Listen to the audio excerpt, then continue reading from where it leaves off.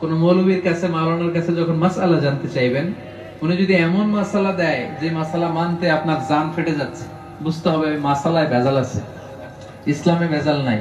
কারণ আল্লাহ বলছে সহজ, উনি যে মাসআলা দিবে এটা তো মানতে আমার জন্য সহজ হবে, এটা কঠিন লাগতেছে কেন? তার মানে মৌলবী শুড রিভাইজ দ্য মাসআলা again, something is missing in this মাসআলা। এই মাসআলায় নিশ্চয়ই কোনো ঝামেলা হচ্ছে, কারণ ইসলাম মানা সহজ। আল্লাহ ইসলামকে সহজ করে পাঠিয়েছেন। আল্লাহ যা বিধান দিয়েছেন সহজ, আমরা কঠিন করে ফেলি, ঠিক কি না? এজন্য আমি প্রায়ই বলি আল্লাহ ছাড় দেয় কিন্তু মাওলানা ছাড় দেয় না। আছে না নাই? আল্লাহর কাছে সহজ কিন্তু মৌলবীরা কঠিন। মৌলবীরা কঠিন বানায় ফেলছে। আমরা যেন ইসলামকে কঠিন না বানাই, ইসলাম সহজ। সম্মানিত উপস্থিতি, মুসল্লি গ্রাম, আজকের এই অনুষ্ঠানের প্রধান মেহমান, প্রধান আলোচক, আপনাদের সকলের মধ্যমণি, সারা বাংলাদেশের সমসাময়িক জনপ্রিয় ইসলামিক বক্তা, আন্তর্জাতিক খ্যাতিসম্পন্ন মুফাসসির কুরআন, প্রিয় মুখ জনাব মিজানুর রহমান আল আহনরী সাহেব এখন আপনাদের সামনে পবিত্র কুরআন থেকে কোরআনের বাণী ও তাফসীর আপনাদের সাথে পেশ করবেন ইনশাআল্লাহ। আপনারা সবাই ধৈর্য সহকারে আজকের এই প্রোগ্রাম শুনবেন এবং আপনাদের সবাইকে সুশৃঙ্খলভাবে বসার অনুরোধ করতেছি। এখন এই পর্যায়ে আমাদের আলোচক, প্রধান আলোচক ওনার মূল্যবান আলোচনা শুরু করবেন ইনশাআল্লাহ। ধন্যবাদ সবাইকে।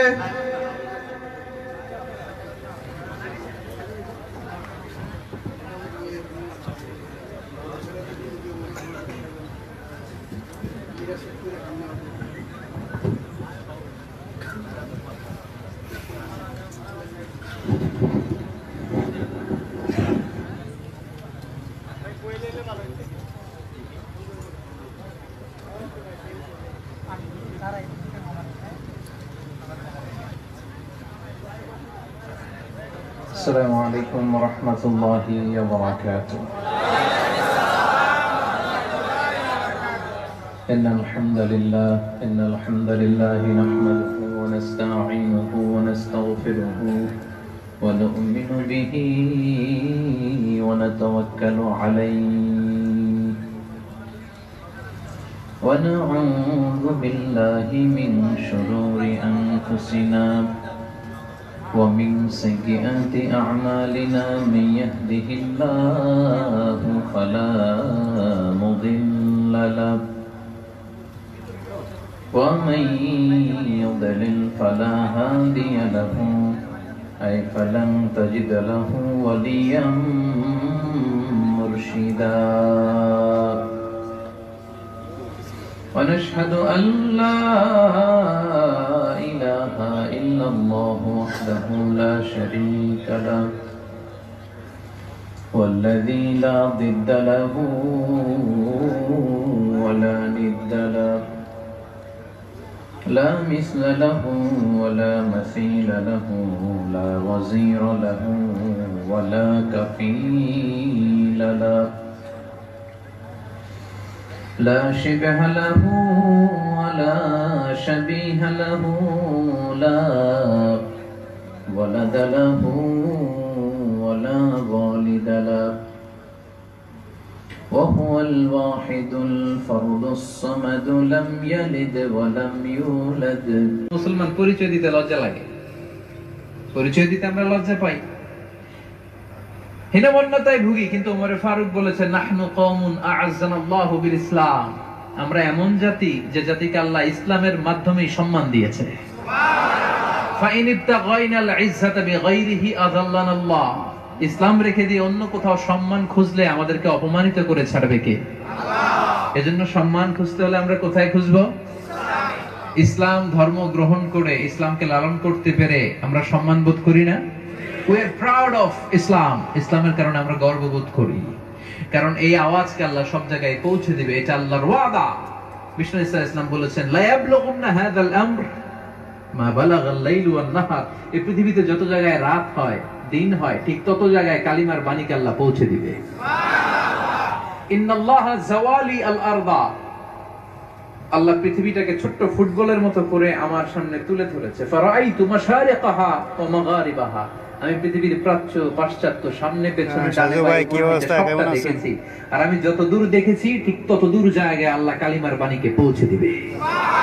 লা ইয়াতরুকুল্লাহ বাইতা ওয়াবার ওয়ালা মাদার ইল্লা আদখালাহুল্লাহু হাযা দ্বীন। বিষ্ণু বলেন এই পৃথিবীতে কোনো ছনের ঘর থাকবে না, কোনো টিনের ঘর থাকবে না, কোনো দোতলা বাড়ি থাকবে না, কোনো ডুপ্লেক্স ট্রিপ্লেক্স ঘর থাকবে না, কোনো মরুভূমি থাকবে না, কোনো জঙ্গল থাকবে না, কোনো শ্মশান থাকবে না। পৃথিবীর এমন কোনো লোকালয় কিংবা বিরান ভূমি থাকবে না যেই জায়গা থেকে আল্লাহু আকবারের আওয়াজ শুনতে পাওয়া যাবে না। প্রতিটি জায়গায় এই কোরআনের আওয়াজ, এই ইসলামের আওয়াজকে পৌঁছে দিবে কে? আল্লাহ। এই ইসলামের সাথে থাকতে রাজি আছেন তো? যদি প্রশ্ন করা হয় এই পৃথিবীতে বর্তমানে সবচেয়ে নির্যাতিত যে জাতি, এই জাতির নাম কি? মুসলমান। সব জায়গায় মাইর খায়, কাশ্মীরে আগুন জ্বলে, রোহিঙ্গাদেরকে 10 লক্ষ বের করে দেয়া হলো, ফিলিস্তিনে আমাদেরকে ঢুকতে দেয়া হয় না। তার মানে এই পৃথিবীতে সবচেয়ে নির্যাতিত যে জাতিটা বর্তমানে আছে তার নাম হচ্ছে মুসলমান, সবচেয়ে নির্যাতিত। কিন্তু এই পৃথিবীতে সবচেয়ে যেই ধর্মে অন্য ধর্মের লোক নিজেদের ধর্ম ছেড়ে দিয়ে যেই ধর্ম সবচেয়ে বেশি গ্রহণ করতে শুরু করেছে ওই ধর্মের নামও ইসলাম। হিসাবটা মিলে না, হিসাব মিলে না, কারণ সবচেয়ে বেশি নির্যাতিত মুসলমান। তাহলে ইসলাম ছেড়ে দিয়ে সব হিন্দু হয়ে যাওয়ার কথা। সবচেয়ে বেশি নির্যাতিত মুসলমান, তো ইসলাম ছেড়ে দিয়ে বৌদ্ধ হওয়ার কথা। সবচেয়ে মার খায় মুসলমান, তো ইসলাম ছেড়ে দিয়ে খ্রিস্টান হওয়ার কথা। কিন্তু দেখা যাচ্ছে তার উল্টো, সব ধর্ম ছেড়ে দিয়ে ঢুকে কোন ধর্মে? সুবহানাল্লাহ কইবেন না?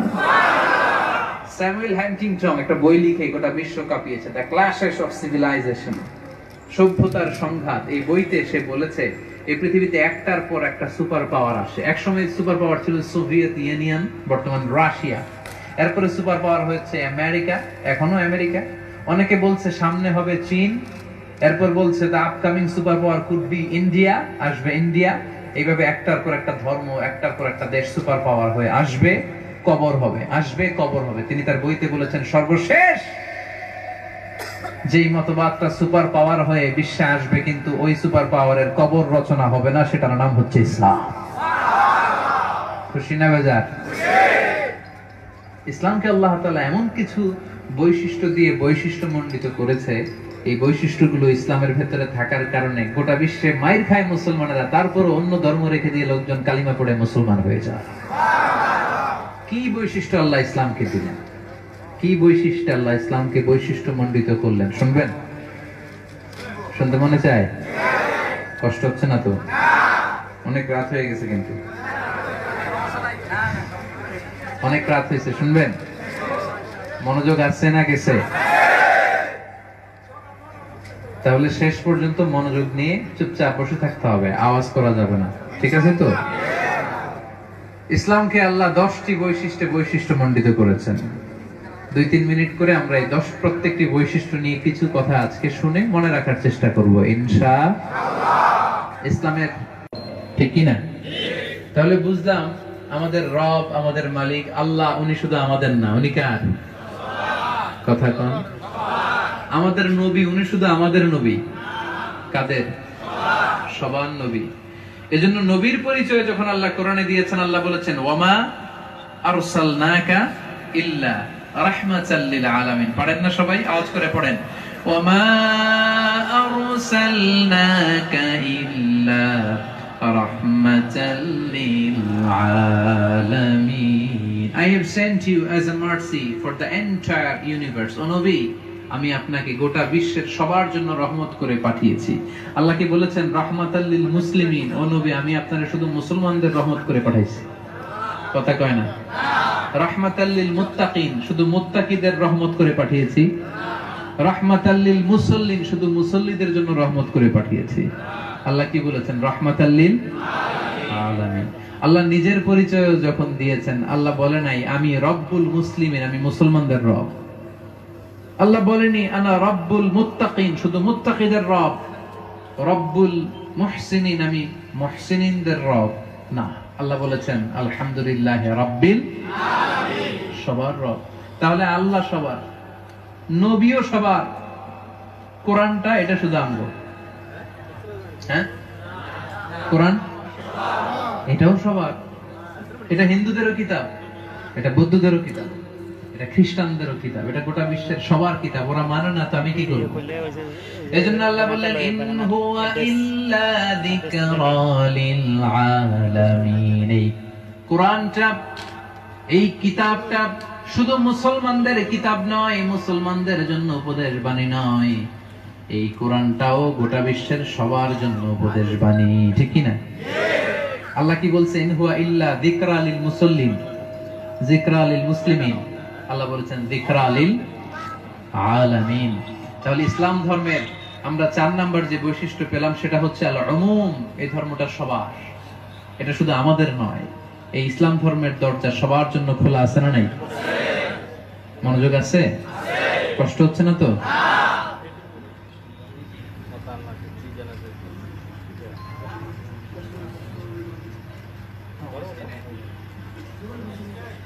তো ইসলামটা এটা সবার ধর্ম, এটাকে আলাদা করে দেখার সুযোগ নেই। 4টা গেল না, আরো 6টা বাকি আছে, কিন্তু কষ্ট হবে না? ওই কি শুনবেন? 5 নাম্বার বৈশিষ্ট্য হচ্ছে আত-তাইসির। সবাই বলেন আত-তাইসির। আত-তাইসির মানে সোজা, আত-তাইসির মানে সহজ। ইসলাম মানে কঠিন না সহজ? আল্লাহ বলেছেন ইউরিদুল্লাহু বিকুমুল ইউসরা ওয়ালা ইউরিদু বিকুমুল উসর। আল্লাহ তোমাদের জন্য সহজ চায়, আল্লাহ তোমাদের জন্য কঠিন চায় না। ইসলাম সহজ। কোন মৌলবীর কাছে, মাওলানার কাছে যখন মাসআলা জানতে চাইবেন, উনি যদি এমন মাসআলা দেয় যে মাসআলা মানতে আপনার জান ফেটে যাচ্ছে, বুঝতে হবে মাসআলায় ভেজাল আছে, ইসলামে ভেজাল নাই। কারণ আল্লাহ বলছে সহজ। উনি যে মাসআলা দিবে এটা তো মানতে আমার জন্য সহজ হবে, এটা কঠিন লাগতেছে কেন? তার মানে মৌলবী should revise the mas'ala again. Something is missing in this mas'ala. এই মাসআলায় নিশ্চয়ই কোনো ঝামেলা হচ্ছে। কারণ ইসলাম মানা সহজ। আল্লাহ ইসলামকে সহজ করে পাঠিয়েছেন। আল্লাহ যা বিধান দিয়েছেন সহজ, আমরা কঠিন করে ফেলি। ঠিক কি না? এজন্য আমি প্রায়ই বলি আল্লাহ ছাড় দেয় কিন্তু মাওলানা ছাড় দেয় না। আছে না নাই? আল্লাহর কাছে সহজ কিন্তু মৌলবীরা কঠিন। মৌলবীরা কঠিন বানায় ফেলছে। আমরা যেন ইসলামকে কঠিন না বানাই। ইসলাম সহজ। ওমা জাআলা আলাইকুম ফিদ-দীনি মিন হারাজ। দ্বীনের মধ্যে কোনো হারাজ নাই, কোনো কাঠিন্যতা নাই। লা ইউকাল্লিফুল্লাহু নাফসান ইল্লা উসাহা। শব্দের বাইরে আল্লাহ কিছু চাপিয়ে দেয় না। ইসলাম যে সহজ তার দলিল দেখেন, খেয়াল করে শুনেন।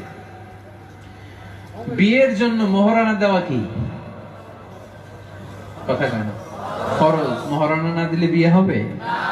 বিয়ের জন্য মোহরানা দেয়া কি ফরজ। এক সাহাবী এসে বললেন বিয়ে করব। আল্লাহ রাসূল বললেন মোহরানা আছে? নাই। কি আছে? কই কিচ্ছু নাই। কই কিচ্ছু না থাকলে বিয়ে করব কেমনে? সাহাবী বলে ইয়া রাসূলুল্লাহ বয়স তো বসে থাকে না। রাসূল সাল্লাল্লাহু আলাইহি ওয়াসাল্লাম বললেন হাল মাআকা মিনাল কুরআন। কোরআনের সূরা টুরা কিছু মুখস্থ আছে? সাহাবী বললেন আছে। এক নারীকে জিজ্ঞেস করলেন তুমি তো অবিবাহিতা, বিয়ে করবে? করব। কোরআন পারো? বলে পারি না। বিশ্বনবী এই সাহাবী পুরুষের সাথে সাহাবিয়া নারীর বিয়ে পড়িয়ে দিলেন। আর বিয়ে পড়িয়ে নারীটাকে বললেন মা তোমার স্বামী কোরআন পারে, তুমি কোরআন পারো না। তোমার স্বামীর টাকা পয়সা নাই, টাকা দিয়ে মোহর দেওয়ার কোনো সুযোগ নাই। তুমি কোরআন জানো না কিন্তু তোমার স্বামী জানে। প্রতিদিন একটু একটু করে তোমার স্বামী তোমার কোরআন শিখাইয়া দিবে, এটাই তোমার বিয়ের মোহর। কঠিন না সহজ? আর আমরা এটারে কঠিন বানাইতে বানাইতে বানাইতে পোলার বয়স হয়েছে 40, এখনো বিয়ের কোনো খবর নাই। আছে না নাই? বিয়ের কথা কইলেই কই তুই নিজের পায়ে দাঁড়া। এতদিনও কার পায়ে দাঁড়াইছে? বিয়েটাকে সহজ করে দেন। বিয়ে সহজ করে দিলে জিনা বন্ধ হয়ে যাবে, আর জিনা সহজ করে দিলে বিয়ে কঠিন হয়ে যাবে। আমাদের দেশে এখন বিয়ে করা কঠিন না জিনা করা কঠিন? বিয়ে করা কঠিন। কারণ বিয়ে করতে হলে 5 লাখ লাগবে, 10 লাখ। জিনা করতে হলে এত টাকা লাগবে না, 500 টাকায় জিনা করা যায়। আছে না নাই? গজব এই জাতির উপরে। বিয়ের চেয়ে ভালো কোনো জিনিস পৃথিবীতে নাই। বিশ্বনবী যুবকদেরকে বলেছেন বিয়ে করো, বিয়েতে বরকত। বিয়ের মধ্যে যে ভালোবাসা, এটা জান্নাতি সম্পর্ক। কারণ জান্নাতে সর্বপ্রথম যে অনুষ্ঠানটা হয়েছে এটা বিয়ের অনুষ্ঠান। কার কার মধ্যে? আমাদের আদি পিতা আদি মাতা, ওনাদের মধ্যে এই প্রথম বিয়ে। এই স্বামী স্ত্রীর সম্পর্ক দিয়েই কিন্তু মহাবিশ্ব সৃষ্টি। ঠিক কিনা? এজন্য বাংলাদেশে কবিরা কবিতা লেখে, স্বামী আর স্ত্রী বানায় যেজন মিস্ত্রি, সে বড় কঠিন কারিগর ও মনরে, সে বড় আজীব কারিগর। এই যে ভালোবাসার এই সম্পর্ক তৈরি হয়, 2 ঘন্টা আমার বাসায় ছিল, একসাথে নাস্তা করলাম, খাওয়া দাওয়া করলাম। দেখেন ইসলাম কত সহজ, আমরা এটাকে কি কঠিন বানাইছি। এরপরে দাঁড়িয়ে নামাজ পড়া কি ফরজ, যদি পড়তে না পারেন বসে পড়লে কবুল করবে কে? ওযু করে নামাজ পড়া কি, যদি ওযু করতে না পারেন তায়াম্মুম পড়ে করলে কবুল করবে কে? তাহলে ইসলাম সহজ না কঠিন? আর তাইসির ইসলামের 5 নাম্বার বৈশিষ্ট্য, এটা সহজ, এটার মধ্যে কাঠিন্যতা নাই। আশা করি সংক্ষেপে এই পয়েন্টটা বুঝতে পেরেছেন না?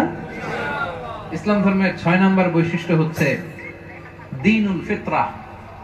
সবাই বলেন দ্বীনুল ফিতরা, মানে এটা ফিতরতি ধর্ম, এটা স্বভাব সুলভ ধর্ম, এটা মানানসই ধর্ম, এটা রুচিশীল ধর্ম, এটা স্বাস্থ্যসম্মত ধর্ম। ইসলাম মানলে আপনার স্বাস্থ্যরে ভালো রাখবে কে? এই ধর্মে আল্লাহ এমন কোন বিধান দেয় নাই যেটা আপনার রুচিতে বাঁধবে। ফিতরাতুল্লাহ আল্লাতী ফাতারান নাস আলাইহা, এটা আমাদের ফিতরতি, এটা আমাদের সাথে খুব স্যুট করে, ম্যাচ করে, এটা মানতে খুব সুবিধা।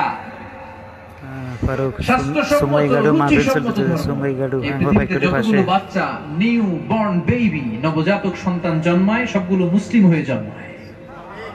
বুখারীর বর্ণনা, মা মিন মাউলুদিন ইউলাদু আলাল ফিতরা ফাআবাওয়াহু ইউহাওয়িদানে ইউনাসসিরানে ইউমাজ্জিসানে, যতগুলো সন্তান জন্মায় মুসলমান হয়ে জন্মায়, পরে বাবা মা কোনটারে হিন্দু বানায়, বাবা মা কোনটারে খ্রিস্টান বানায়, বাবা মা কোনটারে অগ্নি উপাসক বানায়, সবগুলো সন্তান মুসলমান হয়ে জন্মায়। কারণ আমাদের ফিতরতি ধর্ম হচ্ছে ইসলাম, এটা রুচি সম্মত। এই ইসলামে আল্লাহ তাআলা এমন কোন বিধান দেয় নাই যেটা আমাদের রুচিতে বাধে। একটা বিধান আপনি দেখাতে পারবেন? পারবেন। পৃথিবীর সব ধর্মের প্রতি শ্রদ্ধা রেখেই বলছি, পৃথিবীর অনেক অনেক ধর্মে এমন এমন কিছু বিধান আছে যেগুলো রুচি সম্মত নয়। যেমন দেখেন, হিন্দু ধর্মে একটা বিধান আছে, আপনি ভালো হিন্দু হতে হলে গোমূত্র পান করতে হয়। কি মূত্র খাইবেন? না, তার মানে আমরা রাজি না। 1 কোটি টাকা যদি কেউ দেয় যায়, হুজুর 1 কোটি টাকা রাখা হলো, কে আছে এখানে 1 গ্লাস গোমূত্র খাবে? কেউ খাবে? তুমি যত কোটি টাকা দাও, খাবো না আমি, এটা আমার রুচির সাথে যায় না, ঠিক কিনা? ইসলামে কি এরকম কোন বিধান আছে? না, সব রুচি সম্মত। সুবহানাল্লাহ পড়ে। তারপরে ওনাদের ধর্মে একটা নিয়ম ছিল সতীদাহ প্রথা, মানে হাজবেন্ড আগে মারা গেলে তারা তো শ্মশানে আগুন জ্বালায়, ওই স্ত্রীকেও জীবন্ত জ্বালিয়ে দেয়া হতো। পরে ওদের মধ্যে বিদ্রোহ শুরু হলো, পরে রাজা রামমোহন রায় এসে এই বিধানকে বাতিল করলেন। এরকম কোন বিধান কি ইসলামে আছে যেটা আমাদের রুচিতে যায় না? সব বিধান রুচি সম্মত, এজন্য এটা দ্বীনুল ফিতরা। আলহামদুলিল্লাহ পড়েন। বুঝতে পারছেন না পয়েন্টটা? ইসলামের 7 নাম্বার বৈশিষ্ট্য হচ্ছে এটা দ্বীনুল ইলম, এটা জ্ঞানের উপর ভিত্তি করে প্রতিষ্ঠিত একটা ধর্ম। এখানে মূর্খদের স্থান নাই। এখানে এই ধর্মে বাঁচতে হলে পড়তে হবে, বাঁচতে হলে। এজন্য এই ধর্মের বৈশিষ্ট্য হচ্ছে দ্বীনুল ইলম। বলেন দ্বীনুল, এটা ইলমের ধর্ম। এজন্য এই ধর্মটা শুরু হয়েছে এমন কথা দিয়ে যেখানে পড়ার কথা বলা হয়েছে।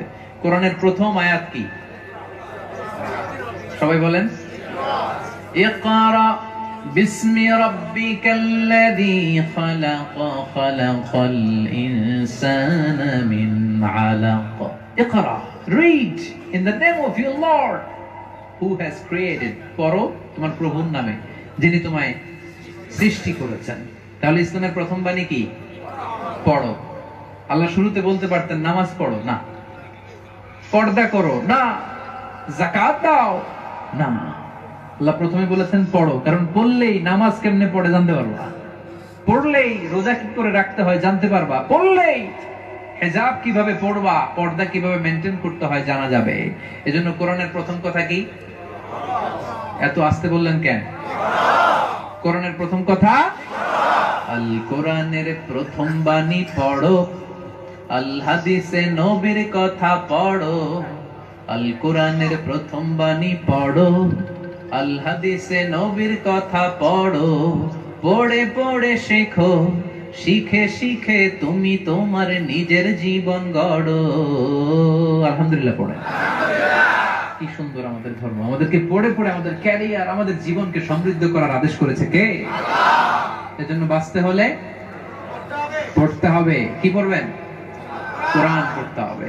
এখানে কোরআন শিক্ষার আসর হয় নাকি আপনাদের এই সুঙ্গাই গাড়ু এই এলাকাতে? কোথায় হয়? মসজিদ কই? সূরাও কোথায়? কোম্পানির ভিতরে আছে? কিবারে পড়ান? শনিবার না রবিবার? রবিবারে। দৈনিক হয়? কখন? সময়টা কখন? দৈনিক এশার পরে। কে পড়ায়? আপনি পড়ান? হুজুর পড়ায়। আল্লাহ হুজুরকে তুমি কবুল করো। খায়রুকুম মান তাআল্লামাল কুরআন ওয়া আল্লামা, তোমাদের মধ্যে শ্রেষ্ঠ সেজন যে নিজেও পড়ে কোরআন আবার অন্যরাও পড়ায় দেয়। আপনি সূরা ফাতিহাটা যদি কাউকে শিখায় দেন, তাহলে ওই ব্যক্তি যতবার জীবনে সূরা ফাতিহা পড়বে ওনার সব তো উনি পাবেই, একটা এক্সট্রা পার্সেন্টেজ সব আল্লাহ আপনার আমলনামায় ঢুকিয়ে দিবে। এজন্য প্রতিদিন এই হুজুর যে পড়ায়, হুজুরের সাথে যোগাযোগ করে আপনারা কোরআন শিখতে আসবেন। অথবা এখানে সূরাতে রবিবারে যে সাপ্তাহিক কোরআনের আসর হয় ওইখানে আসতে হবে। কোরআন জেনে আমাদেরকে পড়তে হবে। রাজি আছেন তো?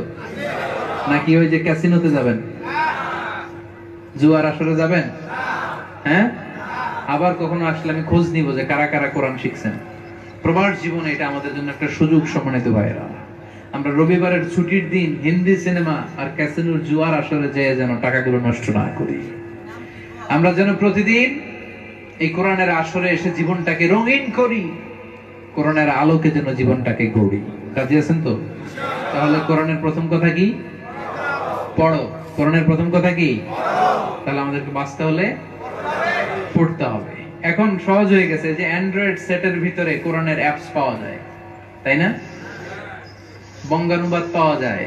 আপনি অবসরে গাড়িতে বসে আছেন, অবসরে আপনি পড়তে পারেন সূরা ইউসুফ নাকি অনেক সুন্দর, পড়ে দেখি কি বলছে আল্লাহ।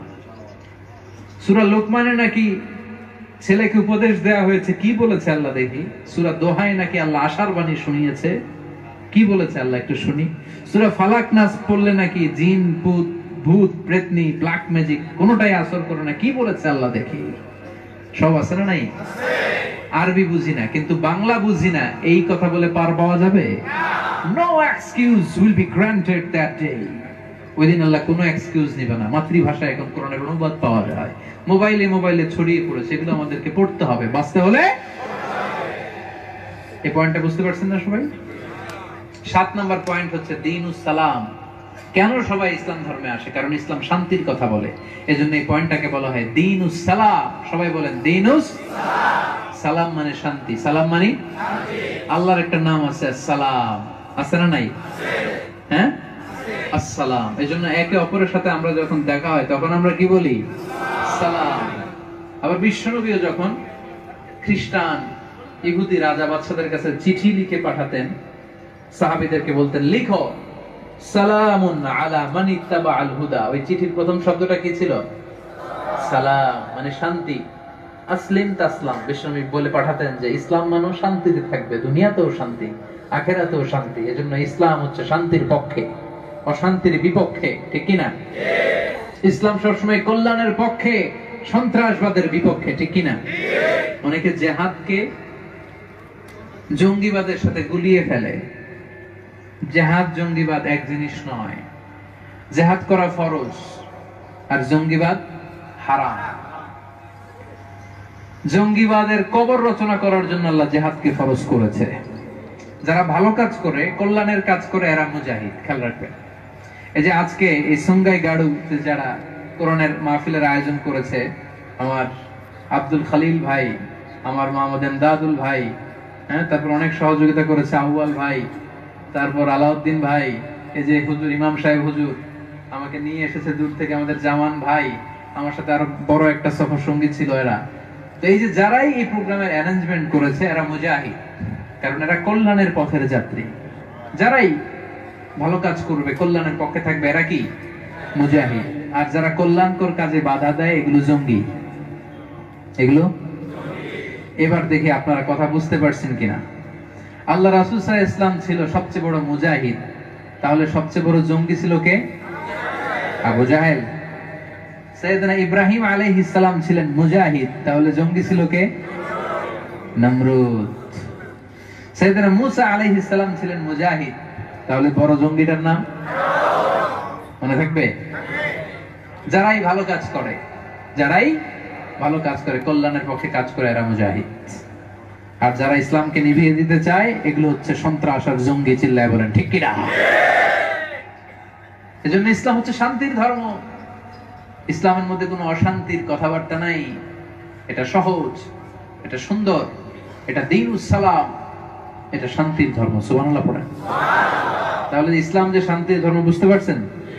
এরপর ইসলাম ধর্মের কয়টা বললাম? 7টা বলে ফেলছি, 8টা বলে ফেলছি, 8টা। ইসলাম ধর্মের 9 নাম্বার বৈশিষ্ট্য হচ্ছে আল ওয়াসাতিয়া। কঠিন হয়ে গেছে না? আমার সাথে সাথে পড়েন, আল ওয়াসাতিয়া। আল ওয়াসাতিয়া মানে হচ্ছে মধ্যম পন্থা। মানে কি? আমি সব সময় এই ওয়াসাতিয়ার কথা বলি, মডারেশন, মধ্যম পন্থা। ইসলাম কট্টর পন্থাকে সমর্থন করে না, আবার শিথিল পন্থাকে সমর্থন করে না। ইসলাম মধ্যম পন্থাকে সমর্থন করে। তার মানে আমরা কট্টরপন্থী না, আমরা শিথিলপন্থী না, আমরা মধ্যমপন্থী। আমরা বাড়াবাড়ি করি না, আমরা ছাড়াছাড়ি করি না, আমরা মাঝামাঝি থাকি। ঠিক কিনা? আমরা কি শিথিলপন্থী? আমরা কি কঠোরপন্থী? আমরা কি পন্থী? হামিদ ভাইয়া কেমন আছেন ভাই? আমরা কি বাড়াবাড়ি করব? ছাড়াছাড়ি করব? হাজারি সাহেব দাওয়াত দিছি আজকে। ওয়াকাযালিকা জাআলনাকুম উম্মাতান ওয়াসাতান লিতাকুনু শুহাদা আলান নাস। আল্লাহ বললেন, অনুরূপ ভাবে আমি তোমাদেরকে মধ্যম পন্থী জাতি করে দুনিয়ার বুকে তৈরি করেছি, যাতে করে সবার মাঝে তোমরা শ্রেষ্ঠ হতে পারো, সবার উপরে সাক্ষী দিতে পারো। সুবহানাল্লাহ পড়ো। আমরা মধ্যমপন্থী, বাড়াবাড়িও করি না, ছাড়াছাড়িও করি না, মাঝামাঝি থাকি। কট্টরপন্থীও না, শিথিলপন্থীও না, আমরা মধ্যমপন্থী। জীবনের প্রতিটি অঙ্গনে আপনাকে মধ্যম পন্থা অবলম্বন করতে হবে। আমাদের দেশে এই বাড়াবাড়ি, একদল বাড়াবাড়ি করে, একদল ছাড়াছাড়ি করে। অনেকেই নিজেকেই হকের ডিলার মনে করে, আছে না নাই? মনে করে আমি হক, আমি এই দল করি তো আমি জান্নাতি, বাকি সব জাহান্নামী। এরকম ডাকাইত আছে না নাই? না, আমরা এটা করতে পারবো না। প্রত্যেক দলের মধ্যেই অনেক ভালো ভালো গুণ আছে, ওই গুণগুলো নিয়ে আমরা নিজেদেরকে ওই গুণে সাজাতে হবে। আমরা মাঝামাঝি থাকবো, আমরা মার্জিনালাইজ করবো। আমরা সব ইসলামী দলগুলোর যে ভালো কাজগুলো আছে ওগুলোর সমর্থন জানাবো। ঠিক কিনা? নাকি বাড়াবাড়ি করবেন? গালি দিবেন না কাফের বলে? গালি দেন না? কাফের কাফের কাফের বলেন না আপনারা? হ্যাঁ, কাফের বলেন না কি কাউরে? আচ্ছা, কৃষ্ণ ইসলাম বলেছেন, খবরদার, তুমি যদি কাউকে কাফের বলো, এখানে দুইটার একটা না হয়ে যাবে না, হয় সে কাফের নয় তুমি কাফের। এজন্য খবরদার। বনি ইসরায়েলের একজন আল্লাহর ওলি ছিল, আবেদ, অনেক ইবাদত করত, কিন্তু তার পাশের প্রতিবেশী একজন লোক, ও আল্লাহরে ডাকতো না। তো এই আল্লাহর ওলি ইবাদতকারী সকালে ঘর থেকে বের হওয়ার সময় ওরে ডাকতো জাহান্নামী, রাতে দিন শেষে কাজের শেষে যখন ঘরে ঢুকতো ওরে ডাকতো কি? জাহান্নামী। সবসময় ওরে জাহান্নামী ডাকতো। কিয়ামতের দিন আল্লাহ ওই আবেদরে ডেকে বলবে, এদিকে আসো, তুমি যে ওরে জাহান্নামী বলে ডাকতা, ও জান্নাতে যাবে না জাহান্নামে যাবে, তুমি কি করে বুঝলা? কে জান্নাতি কে জাহান্নামী, আই উইল ডিসাইড। ওই ডিসিশনটা আমি আল্লাহ দেব। ও ইবাদত করে নাই আমার ঠিকই, কিন্তু কাউরে এরকম কাফের আর জাহান্নামী বলে গালি দেয় নাই। জান্নাত আর জাহান্নাম দেয়ার একক ছত্র নিরঙ্কুশ মালিকানা আমার। যেহেতু ও কাউরে গালি দেয় নাই, আজকে ওরে আমি জান্নাত দিলাম, তোরে আমি জাহান্নাম দেব। সেজন্য খবরদার, আমরা যেন কাউরে কাফের বলে গালি না দেই, আমরা যেন মধ্যমপন্থী হই, আমরা যেন ইসলাম নিয়ে বাড়াবাড়ি আর দলাদলি না করি। রাজি আছেন? This is the moderation way, moderate way. এটাই হচ্ছে মধ্যম পন্থা। This is my mission, this is my vision. আমি যতদিন হায়াতে বেঁচে থাকি এই মধ্যম পন্থার কথা বলেই যাব। গোটা বাংলাদেশকে এই মধ্যম পন্থার একটা স্ট্রেট লাইনে এনে দাঁড় করাবো ইনশাআল্লাহ। আমরা যদি চেষ্টা করি তাহলে মধ্যম পন্থা বাংলাদেশে প্রমোট করা যাবে না? আমরা যদি অন্যরা গালাগালি না করে একই টেবিলে সবাই বসে ইসলামের জয়গান গাই, একই টেবিলে বসে ইসলাম প্রচার করি, তাহলে বরকত দিবে কে? তাহলে ইসলাম ধর্মের 9 নম্বর বৈশিষ্ট্য হচ্ছে আল ওয়াসাতিয়া, মধ্যম পন্থা। এই মধ্যম পন্থার কথা বলতে শুরু করেছি, লোকজন গ্রহণ করতে শুরু করেছে, এজন্য আরেক দলের আবার গায়ে জ্বালা পড়াও শুরু হয়েছে। আছে না নেই? আমি প্রায় বলি আপনি ভালো কাজ করলে ভালো কাজ নিয়ে যখন সামনে আগাতে যাবেন আপনাকে টেনে ধরবে পেছনে, কারণ আমাদের দেশের জাতীয় খেলার নাম হাডুডু। খেলছেন? হ্যাঁ, হাডুডু বলে বলে যখন সামনে যায় একজন যায় আর সবাই ঠ্যাং ধরে টানে। এটা হচ্ছে আমাদের দেশের জাতীয় খেলা। তো ভালো কাজ, কল্যাণমুখী কাজ নিয়ে সামনের দিকে কাউকে যেতে দিতে চায় না। আমরা যেন এই মন মানসিকতার না হই, আমরা যেন মিউচুয়াল রেসপেক্ট, অন্যকে যেন সম্মান করি, আমরা যেন মধ্যম পন্থা অর্জন করি। রাজি আছেন তো সবাই? 10 নাম্বার শেষ কথা বলি, ইসলাম ধর্মের সর্বশেষ যে বৈশিষ্ট্য ওটার নাম হচ্ছে আল উদুহ। সবাই একটু পড়েন, আল উদুহ। আল উদুহ মানে ক্লারিটি, সুস্পষ্ট। ইসলাম ধর্ম সুস্পষ্ট না অস্পষ্ট? সবগুলো বিধান সুস্পষ্ট। তারাকতুকুম আলা মাহাজ্জাতিন বাইদা, বিষ্ণু বললেন সূর্যের মতো জ্বলজ্বলে ইসলামকে আমি রেখে গেলাম, তোমরা পথভ্রষ্ট হবে না। লাইলুহা কানাহারিহা লা ইয়াজিগু আনহা ইল্লা হালিক। এত সুস্পষ্ট, এটার মধ্যে কোনো অস্পষ্টতা নাই, এটার মধ্যে কোনো গোজামিল নাই। ইসলামে কোনো গোজামিল আছে? সব ধর্মের প্রতি শ্রদ্ধা রেখেই বলছি, ইসলামে কোনো গোজামিল নাই। অন্যান্য অনেক ধর্মে এরকম গোজামিল আছে। হিন্দু ধর্মে একটা প্রথা আছে, হিন্দু ধর্মে জাত প্রথা মেনটেন করা হয়। একটা প্রথা আছে ব্রাহ্মণ, একটা জাতের নাম কি? এই ব্রাহ্মণরাই শুধু বেদ, রামায়ণ, গীতা ধরতে পারবে, পড়তে পারবে।